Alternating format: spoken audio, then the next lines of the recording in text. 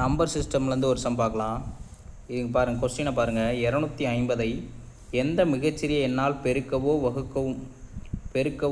வகுக்கவும் போது அது ஒரு முழு வர்க்க எண்ணாக மாறும் என காண்க. இங்கே 250 கொடுத்ததுனால சிம்பிளாக செஞ்சிடலாம். ஆனால் பெரிய நம்பர் கொடுக்கும்போது எப்படி செய்யணுங்கிறதுக்காக இது செஞ்சு காட்டுறேன். ஓகேங்களா? இப்போ 250ன்னு இருக்குன்னு வைங்களேன். இது வந்து 5ஆல் டிவைட் பண்ணுங்கள். 5 25 50. மறுபடியும் 5ஆல் பார்த்தீங்கன்னா 5 50. மறுபடியும் 5ஆல் பார்த்தீங்கன்னா 2. அப்போ இதுதான் இதனுடைய காரணிகள். இதனுடைய காரணிகளில் ஏதாவது வர்க்க எண் வருதா அப்படின்னு செக் பண்ணி பாருங்கள். இப்போ இங்கே பாருங்கள், 25 25 5 25. 25 என்பது ஒரு வர்க்க எண். இது பக்கத்தில் 2 0 வந்துச்சுன்னு வைங்களேன், இதுவும் வர்க்க எண்ணாக தான் இருக்கும். ஏன்னா ஒரு 0 சேர்க்கும் போது 10ஆல் மல்டிப்ளை பண்ணுவோம், 2 0 சேர்க்கும் போது 100ஆல் மல்டிப்ளை பண்ணுவோம். அப்போ இதுவும் ஒரு வர்க்க எண்ணாக தான் இருக்க வாய்ப்பு இருக்குது.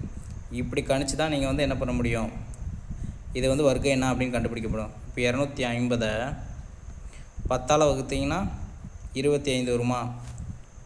அதுவே 250 10ஆல் பெருக்கினீங்கன்னு வைங்க 2500 வரும். இதுவும் ஒரு வர்க்க எண், இதுவும் ஒரு வர்க்க எண். அப்போ ஆன்சர் பார்த்தீங்கன்னா B10ங்கிறது சரியான பதில். தேங்க்யூ.